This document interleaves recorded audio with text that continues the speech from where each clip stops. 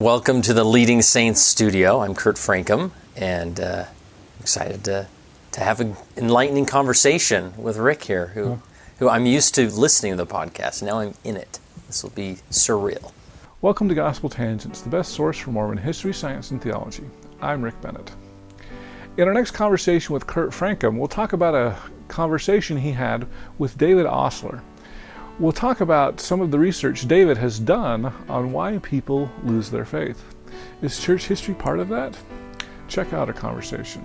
Another episode that I really enjoyed of yours there's too many Oslers out there. There's a Blair Ostler and a Blake Ostler and a Rick Osler and a David Osler. David Ostler.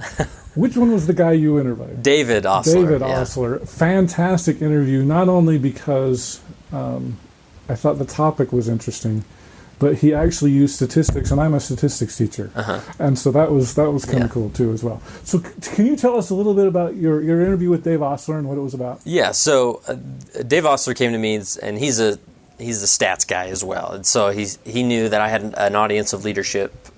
Leaders in the church.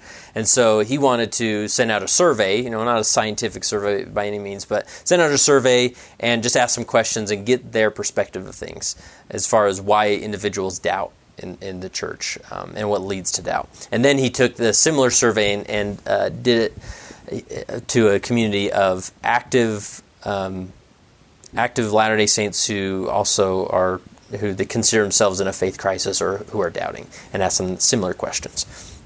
And then it was just interesting to line them up and see the discrepancy between what leaders thought was the reason people left or started doubt and what those doubting was their reason, right? Where, leaders make the assumption that individuals have been offended, and therefore they're doubting, and therefore they remove themselves from the church, or that they want to sin, or whatever it is. And when they interviewed the group of doubters, it was, no, actually, I have concerns with certain social issues. Historical facts have played a role in that, and also just general trust in the leadership of the church, or the church as an organization.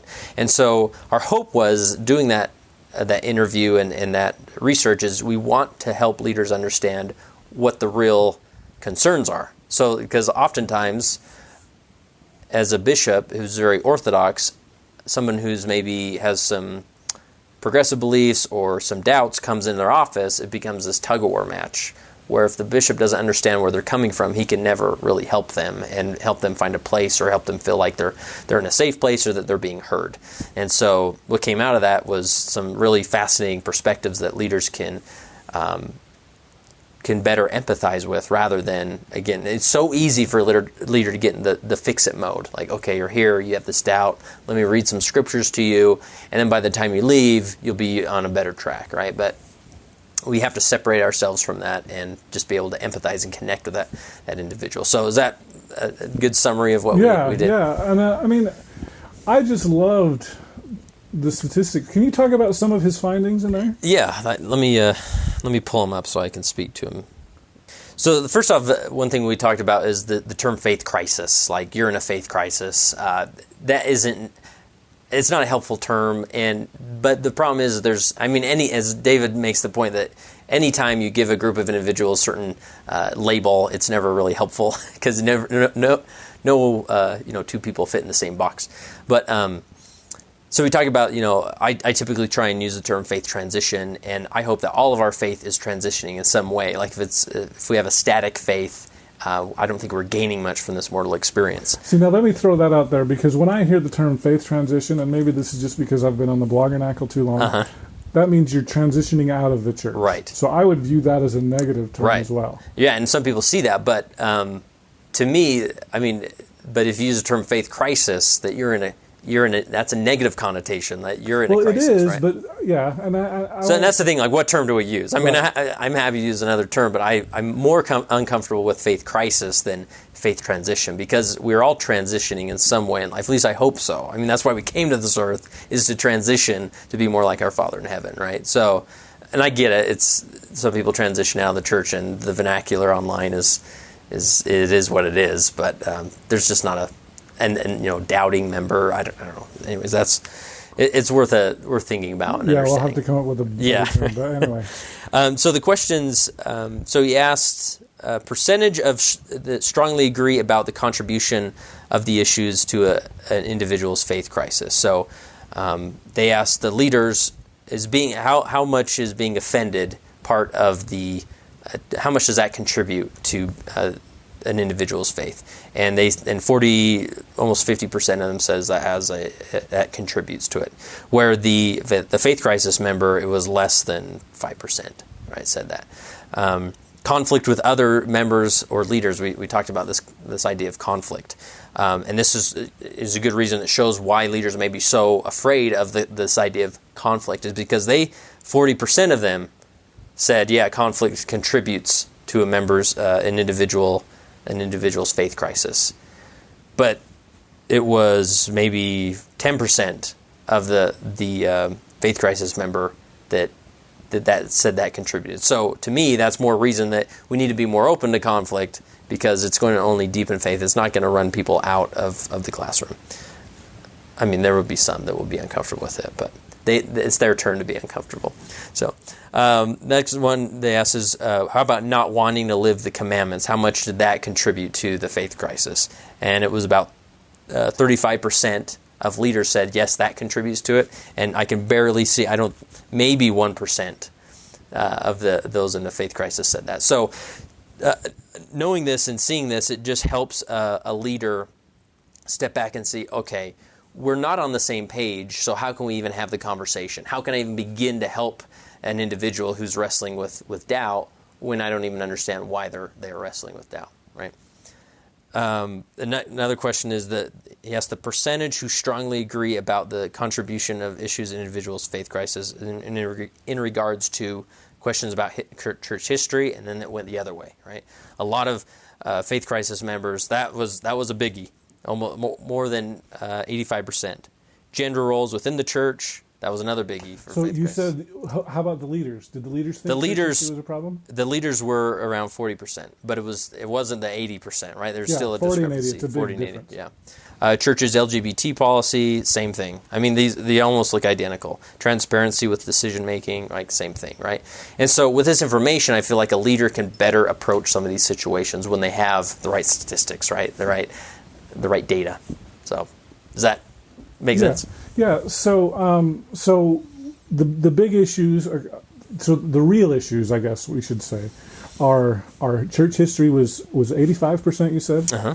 LGBT was probably second.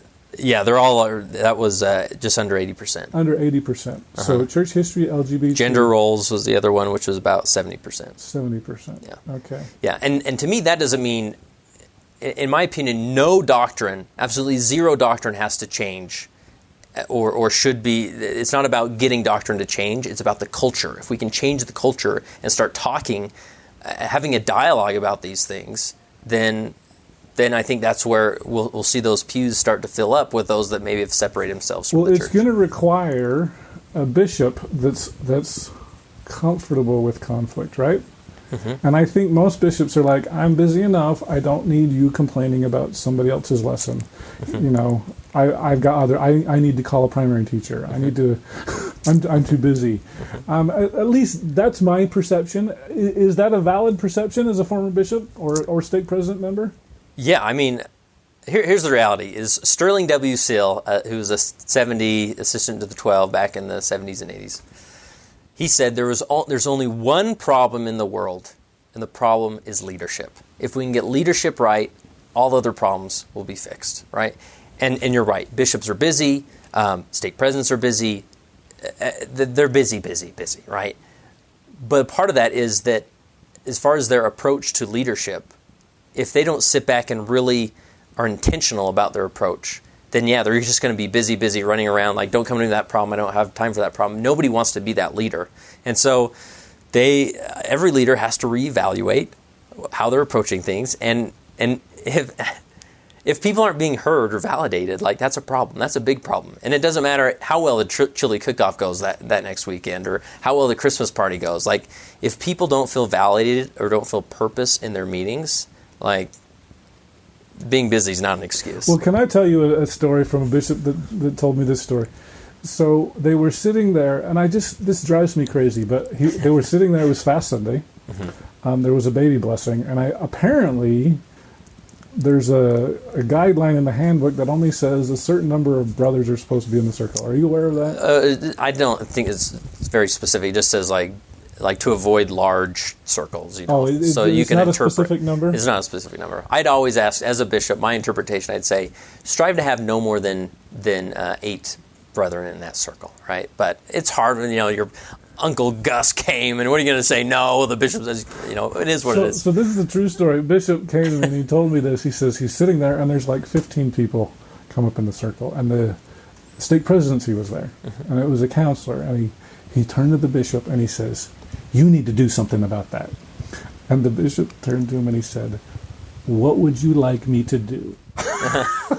Yeah, that's a good response. It was a great response. And but I do feel like there's some real, and I know that this stake presidency member was you need to follow the bishop's handbook. Every answer is in the bishop's handbook. But it feels to me like if this bishop, who I think gave a great answer,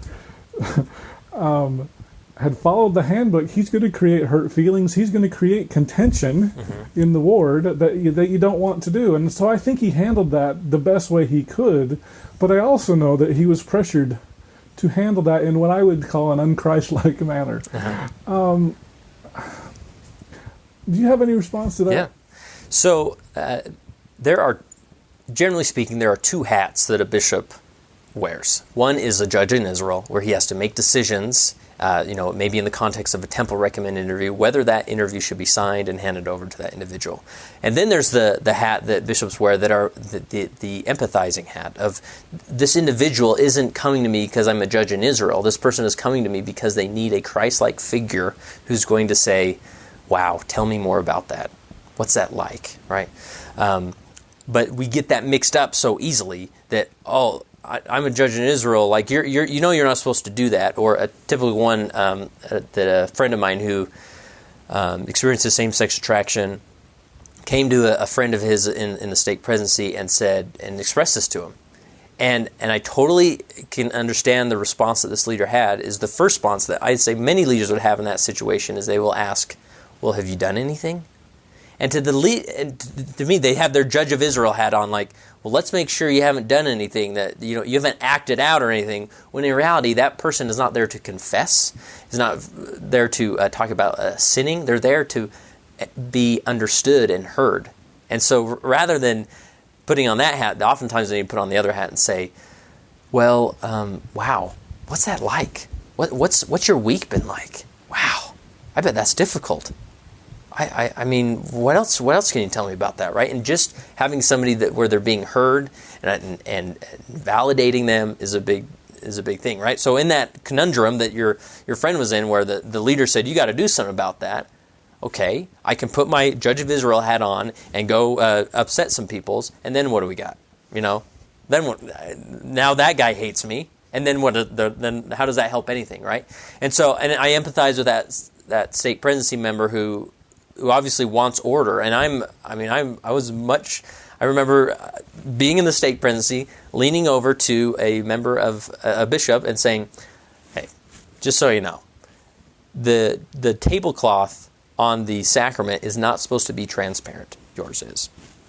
Anyways, just for your information, you probably didn't know that. Anyways, he's like, "Oh, I didn't know that. It's in the handbook. You should not have a transparent tablecloth over the sacrament," right? Now, if I would have leaned over and said, "Hey, man, this is ridiculous. I mean, what is this? You don't care about the Savior? You don't like the sacrament, right?" So it's all in our approach. If we don't remove that judge in Israel hat at times and put on the empathizing hat and just say, like, I'm here to help. I'm here to understand. I'm here to help you be a leader, a better member, a better person. And if I'm not in that role, if I'm always the judge in Israel, it leads to bad leadership, because it's bad leadership. I hope you enjoyed our conversation with Kurt Francom. In our next conversation, we'll talk about whether he thinks some bishops' interviews are inappropriate and what should be done about them. To me, I would much rather create resources and information for parents to know how to teach their youth. I want my daughter walking into a bishop's office knowing that if any adult does this, or this, like, you need to tell me, and you need to know this is a safe place for me, right? Because there will always be violators out there. There will always be people with pedophilia intentions. We can't get rid of that. So we can educate the youth to better approach that, and then do our due diligence to make sure that whoever we put in that role as bishop is not going to do that. And we're just not going to completely eradicate that problem by suddenly putting in another counselor or the Relief Society president in there. He'll find a different way. I hope you enjoyed that short clip from our next interview. If you'd like to hear the entire interview uncut, please go to our patreon.com/gospeltangents and subscribe for just $5 a month. If you'd like a transcript of this, please click the yellow subscribe button at gospeltangents.com, and I'll send you this and all future transcripts.